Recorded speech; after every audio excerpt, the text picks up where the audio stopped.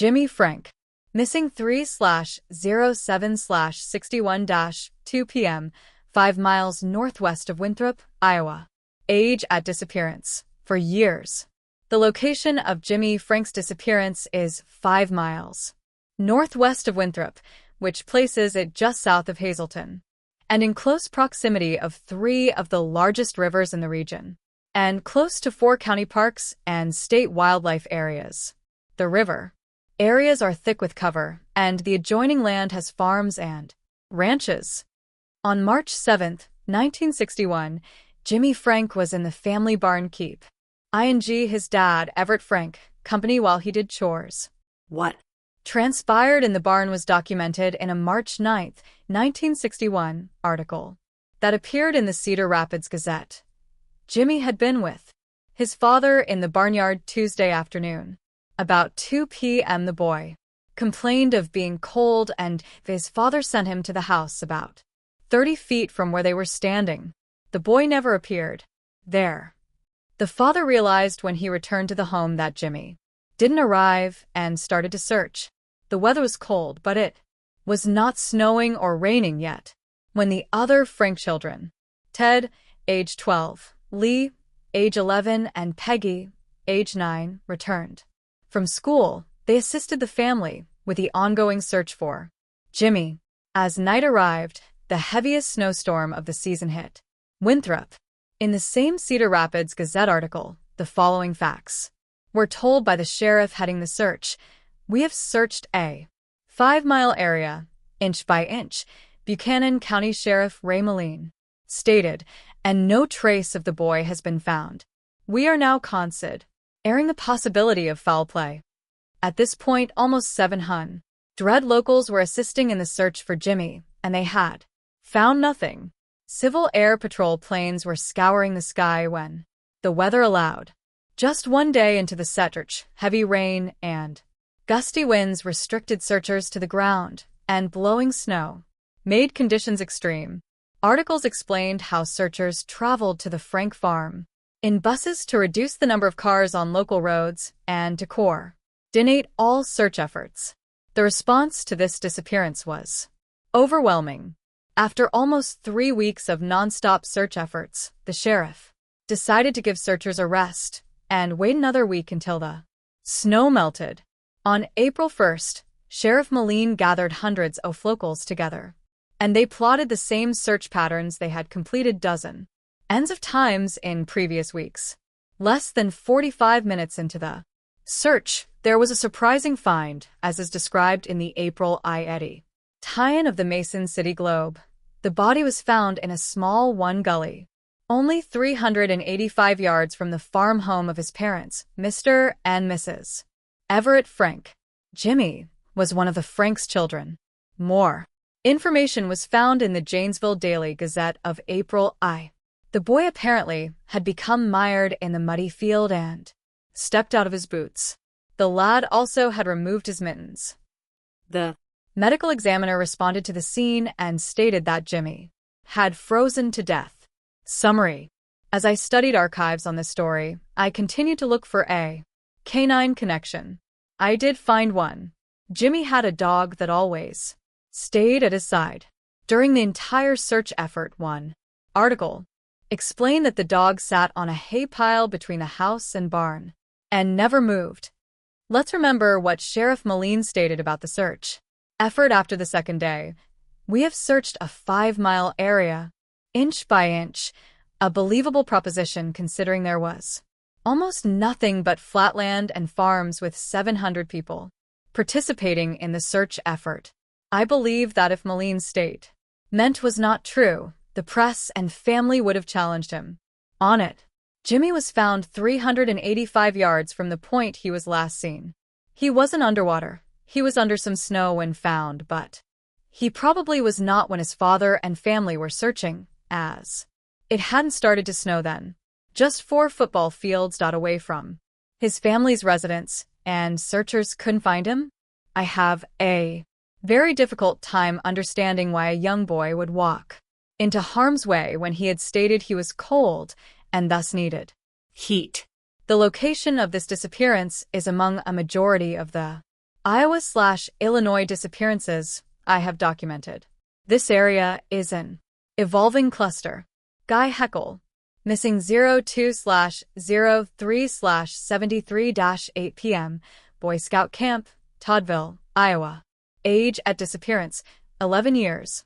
Toddville, Iowa, is just 5 miles north of Cedar Rapids and sits on the northwestern fringe of a cluster of missing people from Illinois. Alternately, this disappearance could be grouped with another small cluster in Iowa. It sits somewhere in between both. The city sits adjacent to the Cedar River and has 4 wildlife areas and parks within just 4 miles of the city. Guy was spending the weekend with Boy Scout Troop Iowa from his hometown of Cedar Rapids.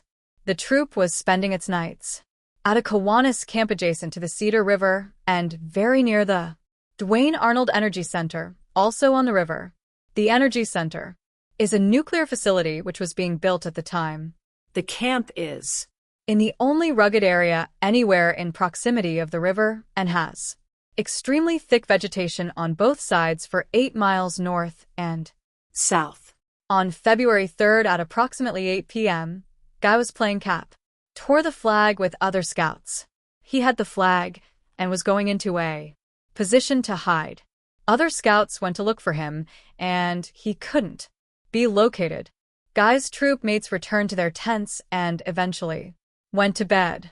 LT was during a bed check that it was determined that Guy was not in his assigned tent. Scout leaders searched for 90 minutes and then called the Lynn County Sheriff's Department and State Patrol. Law enforcement searched until 2:30 a.m., found nothing, and then returned at 7:30 a.m. Sunday morning. Heavy rains greeted searchers as they arrived at the Kiwanis Camp Sunday morning. A February 5, 1973, article in the Cedar Rapids Gazelle described that day's events. About 500 persons searched in rain Sunday in a heavily wooded area near Toddville for a Cedar Rapids boy discovered missing during a weekend out. With Boy Scouts. The Lynn County Sheriff put helicopters, air planes, bloodhounds, and even boats temporarily on the river. LT was determined that the ice on the river made it too dangerous for boats and they were pulled off. Searchers described the region as rough and thick and challenging. During the initial days of the search, there were various comments from law enforcement that some felt Guy had fallen in the river and it was dragged many times. Other people felt that Guy was a very cautious boy and was actually the last person anyone felt this would happen to. One law enforcement source actually made an early statement that Guy had run away. That theory was quickly silenced. Mr. and Mrs. Howard Heckel were Guy's parents. They made many comments indicating the sheriff's office wasn't truly investigating the disappearance. The Heckels wrote a letter to their legislators and asked them to send the Iowa State Bureau of Investigation and have an agent look into the issues. Eventually, the state did send an agent. After 10 days of intensive searching, law enforcement and hundreds of volunteers found nothing. The weeks plodded on and even Thule witnesses started to speak to Mr. Heckel about odd occurrences that he may have not heard about. The odd issues also centered on the sheriff not talking to people and not investigating the disappearance. A February 28, 1973, article in the Cedar Rapids Gazelle had this. Grant Lynn County Sheriff said it was not true, as alleged by Heckel, that the sheriff's office had not talked to the mother of the boys. Guy Heckel's tentmate after the tentmate experienced a series of frightening incidents of someone shining a flashlight in his bedroom window following Guy's disappearance. Imagine this. Guy disappears, and there was someone shining some type of light in the sleeping area of his tentmate while he was still at the Kiwanis Camp. How strange and coincidental is that?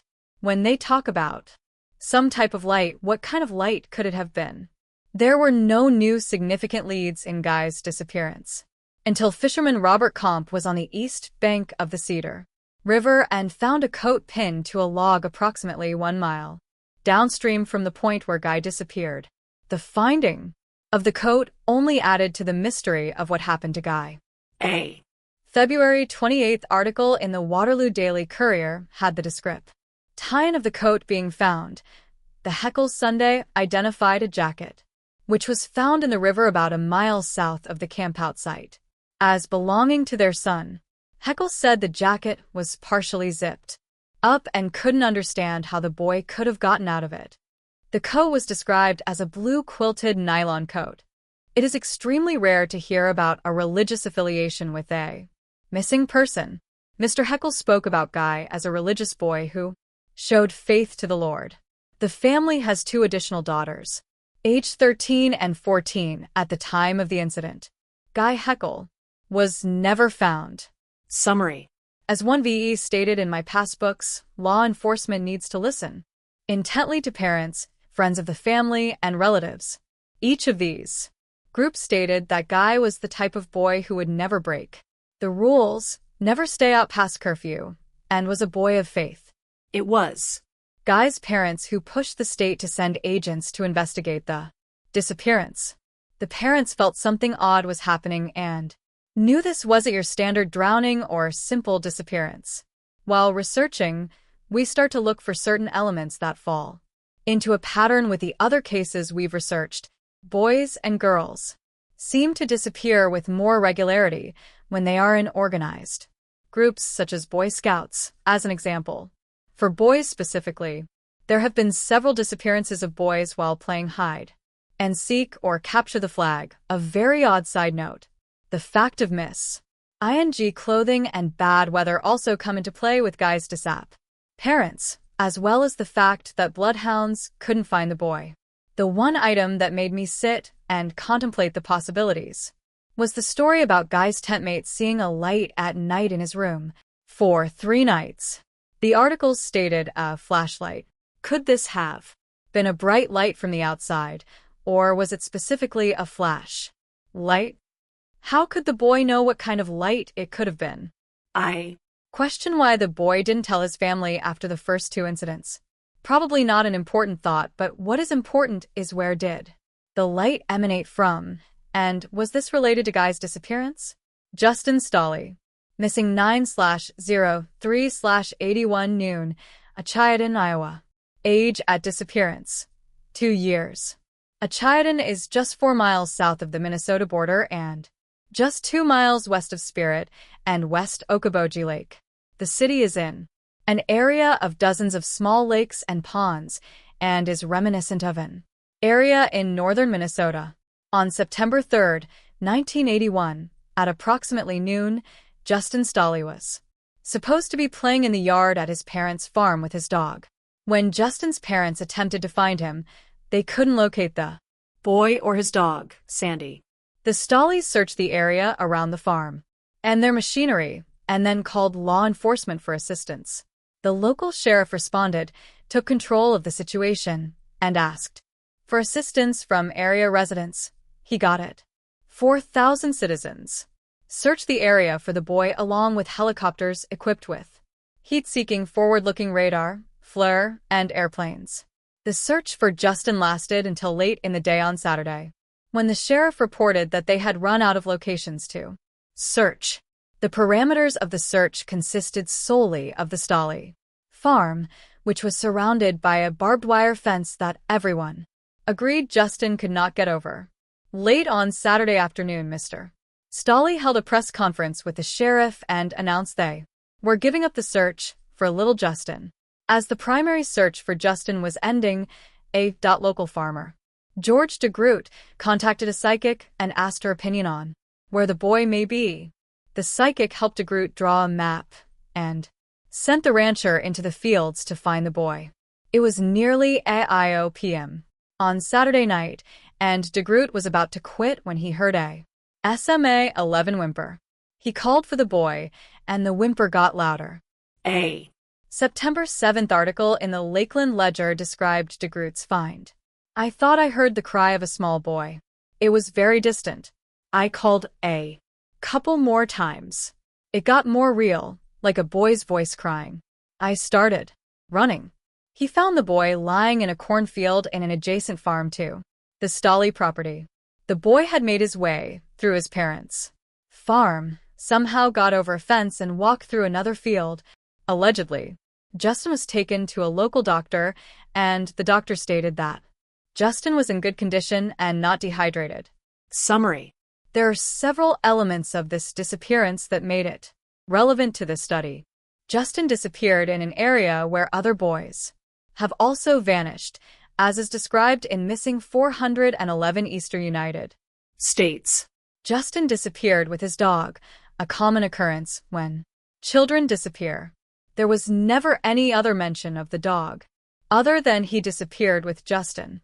The Stolley family and law enforcement didn't believe that Justin could have managed to get over the fence surrounding their property.